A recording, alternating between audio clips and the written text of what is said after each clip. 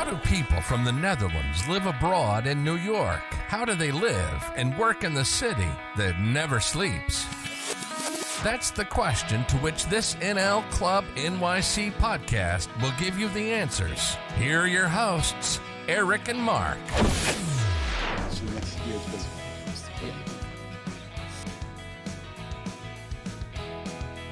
Yep, and we're going to continue. I'm going to put you a little bit better in the video. There we go. Awesome. So, who do we have? Hi. Welcome. Thank you. I'm Laura, and I have lived here for 11 years in New York City, Amsterdam. Awesome. And I own a lingerie boutique.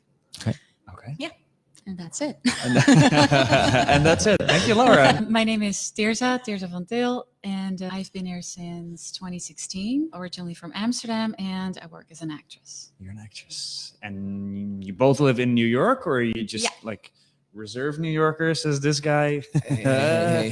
Make fun about New Jersey. Huh? A reserved New Yorker. I think that's a new word. Yeah. No, we both live in New York, and So- we became friends here. Oh, okay. So 11 years and... Since 2016, Okay. I travel a lot back and forth as well, mainly New York. Okay. Cool. I'm very interested in both of your stories. Tell me a little more. What brought you to New York 11 years ago? I have an American passport because my dad had to work in Maryland, Rockville, and I was born when he had to work here for 2 years, and I couldn't leave the country without an American passport. And then I never really went back until I was 26, and I had already my dream job in the Netherlands, and I was actually ready for a next step, but I didn't know what it was. So then I was like, you know what? I'm going to check out New York and see what's up. And how has that been working out for you from that moment when you started to live in New York? Can you go back and tell a little bit about like the first weeks, months, like first year that you like started to land here? It was a little bit of a struggle for me. For example, the first 7 years, I remember a few years ago that I went to the Dutch consulate because I used to work in theater. That's why we also became friends. And there are still a lot of Dutch artists that email me once in a while. Oh, I know you live in New York and I'm going to come to New York. Do you know where I can perform or what I can do? As I said, I own like a retail store. So I don't have all the theater connections here. So I went to the consulate and I was like, hey, you know what? I have all these talented people from the Netherlands emailing me. Can we do something together? And they were like, wait, you've lived here for 7 years and we've never met you? We've never heard of you? Yeah. And I never went to the Netherlands Club or anything just because I really wanted to do my own thing and meet my own people. And that was tough, I have to say. Like I traveled a lot in my younger 20s or my early 20s, and I thought it would be easier. But yeah, I did meet my husband day 3 that I landed in New York. And then it became a whole nother story. Tears, maybe it's also interesting to hear from you, like how did you land when you came here? Can you take us back into the time, because you're coming from a totally different angle. How was that for you to land here in the first weeks, months, in the first year? Yeah, I would say like it was pretty rough too, and very lonely. Yeah. And yeah, there were moments. I was living in a basement far out in Brooklyn, and it took me like 2 hours to get to the city, and it was wintertime, and I tried to put on a show and money, and like you have no network, and there were like some really rough moments. But it's also funny that New York somehow provides something. Look at this. This is Willem Hout just bringing us drinks. Isn't that awesome? What a service. Cheers. To your health. Thank you so much. And to everybody who's watching, to your health as well. And to your health. And lady, to your health as well. Yeah. Proost, as we say. Yeah. So you recognize that it's like the landing can be lonely and can be tough. Would it have been a difference if you would have known that there was a club with Dutchies here in New York? Actually, I did know. Okay. And I came here, but I feel there weren't a lot of people in my field. And I really came here like to work and to be an actress. So like I wanted to make different types of connections as well. Yeah. And I think after a couple of months, I performed at the Netherland Club. And that's when I met a lot of people. Yep. And that's when it became a hub. So yeah, they put on that show, and that was a great opportunity. You recognize that, Laura? Are you also a member from the club, and are you also like here regularly? When did you start to join the club? A few years ago, actually, when Yeah, I think 4 years ago, I still do a little bit of production in theater, and there were some of my Dutch friends that performed at the Netherlands Club, and that I joined, and I started making more connections. Definitely, yeah, mostly through the arts. And yeah, it's funny because you're like, oh, other people, there are not that many people in that field, but then I became connected because I was more involved with the arts. But it is true. I think it's more like because people were performing here for other people in other industries. That's why I came here. So tell us a little more. So you go from theaters to having your own boutique store. Yeah.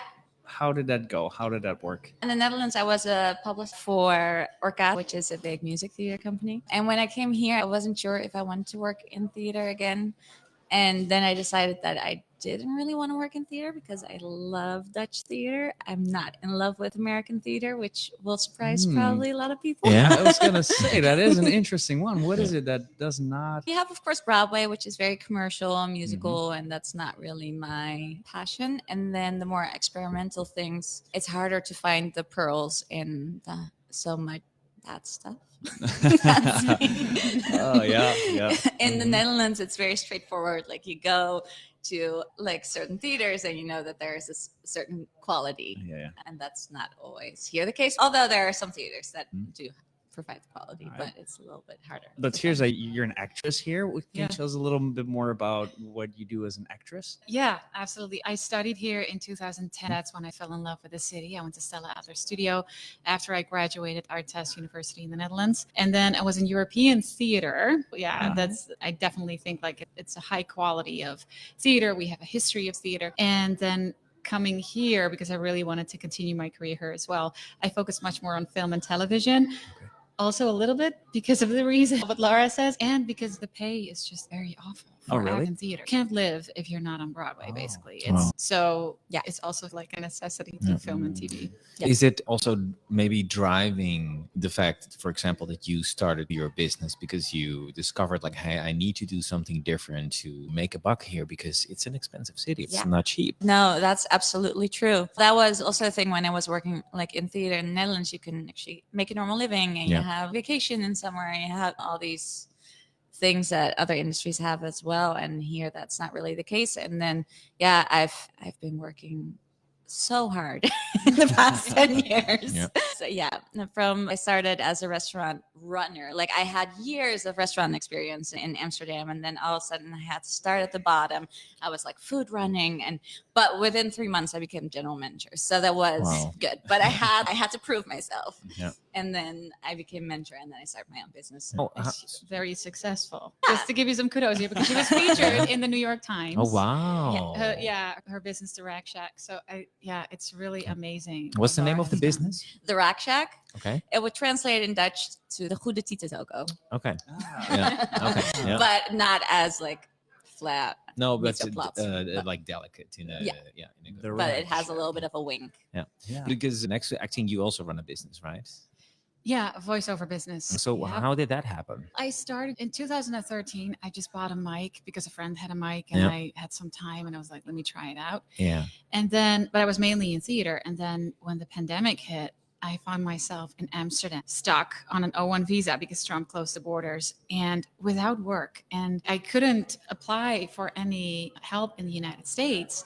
But the Netherlands was like, no, you're an American, so we're not going to help you either. There was no TOZO, or there was like nothing. But there was no work and I couldn't travel. Yeah. And I had an apartment in Harlem, a 3-bedroom apartment in Harlem. Oh, that cost money. That cost money. And I couldn't be there, but all my stuff was there. So I had to do something. And then I was like, okay, I have this mic. I know how to do a little bit of audio. And I knew that people were looking for home studios because all the studios were closed. And then I took there was time to build a website. It was not like that I didn't have to search for it. And that just went really well. So I could use my connections in the acting industry with agents and with producers here overseas in the United States, as well as my connections in the Netherlands to really get that going. And so basically for almost a year, I would say a year and a half, it was my main income. Wow. And now it makes a full living and I can do it while traveling, which is I'm so grateful for. Because been it's amazing. different from when you are an actress, because you need to be in a location, you need to be picked first, Yeah. audition, picked. Yeah. I think you can explain the process probably better Yeah. than me, but you need to be having a physical appearance. You need to be probably, maybe you can tell a little bit about that. You need to stay in shape. You have all these visual and geographical aspects that come into play. So that must be a big relief that you can just step out of that. Yes. And so a little bit around what you did on television and movies. Last night in the Netherlands, Flikker Rotterdam aired. Okay. So that like the most recent thing aired last night. It's a police show. You can stream it on NPO Plus. That's a Dutch thing. In the Netherlands, I was in Soldier of Orange, and that's where I met Broadway producer Robin Levida, and he was also the one who encouraged me to make the move overseas. He was like, if you don't go, you'll never go. Just jump, just do it. Yeah. And then in America, I have been in Walker. It's like a remake of Walker, Texas Ranger with Chuck Norris, the series Evil with Katja Herbers. Wow. And recently FBI International. It's in the Netherlands, we know Law and Order and CSI, and FBI is like their newest franchise. Definitely. So it airs on Veronica now, I think, and like it's been renewed for a second and third season. So super cool. Good stuff. And Nice. next year in the Netherlands, Toen ik je zag, it's a new movie from Ben Verbong. He's the director of The Girl with the Red Hair about Honey Schaft years ago. And he made his first film again in the Netherlands after, I think, 30 years. Again last year. And I play the role of Caro. Okay. And it comes out in movie theaters on February 14th. Wow. Yeah. And is that a link to the song from Anthony Kamelin? Yeah. Okay. Yeah. It is. Yeah, Okay. it is. Interesting. Yeah, it's about, so it's made after the book of Isa. Okay. So, yeah. Wow. Yeah. It's amazing. So back to the Rackshack. That caught your attention, right? Because you mentioned stay in shape. So I'm just get curious. What is it like to start your business here in the US? Start as an entrepreneur. It's exciting. New Yorkers are very encouraging. When I was telling people that I had this dream, everybody was like, yeah, go for it. You can do it. Everybody was cheering. Yeah, very sure. Yeah. And so I was like, okay, and then do it. And then so it was very difficult, but also a lot of fun. And I just had to figure things out, right? Location, laws, permits, and all that kind of stuff. And then basically just bluff myself through it and see what works. Yeah, and in the meantime, I need to interrupt a little bit because we have kids here currently searching for, as part of the, I don't know how you call that, it's speurtocht. It's like treasure hunt. Yes, Speurtocht. I like that. I'm starting to become Adam like Curry, the but that's really back in the day. So that's why you hear in the background the kids and they're running with bags, and it's so cool that this is. Willem Hauk was just talking about being inclusive, and it's so cool that the Dutchies can actually bring their children as well. We have a kids club here today, so that's why we hear some running in the background. Sorry to interrupt. No, you were talking, okay. but I just felt I needed to explain a little bit. But what's the secret ingredient to become so successful here? Because you just mentioned you've been in the New York Times, or what? Yeah, that is definitely a secret ingredient. To be in there. Yes. Okay. Yeah, because that really tripled my business when I was mentioned in the New York Times. And then, a good marketing, and then actually just doing what you do very well. And then word of mouth is, of course, like the best way to get the word out. And my store is all about inclusivity. You were saying that. Yeah, inclusivity. So I have 150 bra sizes, so very niche. And then instead of a regular bra store where you can get like these very boring, ugly bras for really big boobs or really small boobs, I have like fun and pretty things. So like that is what I'm known for. And you said great marketing that catches my attention. So can you tell a little bit like because marketing in the US is totally different than in the Netherlands, right? So can you tell a little bit of what is great marketing when you need to promote Rackshack in this case? So my Instagram has always worked very well for me, and I show different body types. I'm also very gender inclusive. I'm famous for being specialized in transgender fittings. So I also have a lot of different bodies, a lot of different people on my portfolio, basically, so that people feel that they can come to me and be treated with respect and warmth, and that they can find something good. Where can we find your store? In Bushwick, Brooklyn. Yeah, on the border of Bushwick and East Williamsburg. It's very close to a very famous restaurant called Roberta's. So if you're familiar with that restaurant, you will find it very easily. For you, if you look at the coming years, the world is open again. You're doing voiceovers, acting is going. What is the dream? What is your vision around the coming years? Where are we going to see you, listen to you, perform? I act? met Ice-T the other day. Oh, you're going to start rapping? Highlight. That was no. That was definitely like a highlight of my life. It was really funny because ever since I was little, my ultimate dream was to be a cop on a Dick Wolf show. Dick Wolf is the producer of Law and Order, CSI, and FBI. Okay. And then last season, I got a role as a cop on the Dick Wolf show. Yeah. And I was actually at Albert Heijn when my agent called me and he was like, oh my God, you booked it.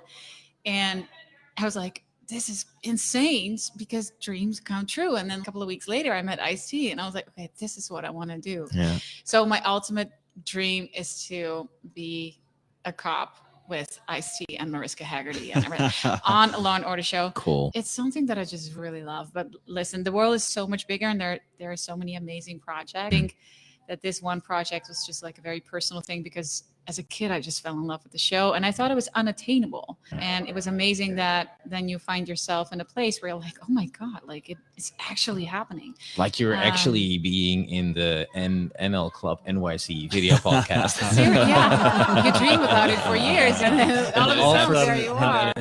Like as an actor, you never know exactly what projects are going to come. There are so many auditions out there that I'm currently doing. Everybody who's listening just keeps their fingers crossed that one of these really cool projects is going to hit, which I fully trust, but you just never know why or when. And when I do, I'll just come back on the podcast. Awesome. Yeah, it's super cool. Yeah. Tell you about it. Yeah.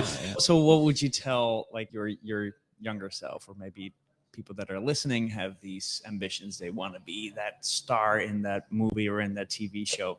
What would you tell them? It's very corny and very cheesy, but there's this one video of Anthony Hopkins and he says, believe, even if you don't believe it, just believe it. And I think that's very true. And it just took me, I think I was very like idealistic and I had a lot of belief when I was a kid and then it just disappeared. After puberty, it was, you go to school and everything and they also like take it away, brainwash you in a different direction. So that's never gonna happen, or I don't know, like maybe people didn't say that, but that's the feeling that I got. And I think New York gave that back to me a little bit, but it took me a long time. So if I have any advice, get there sooner.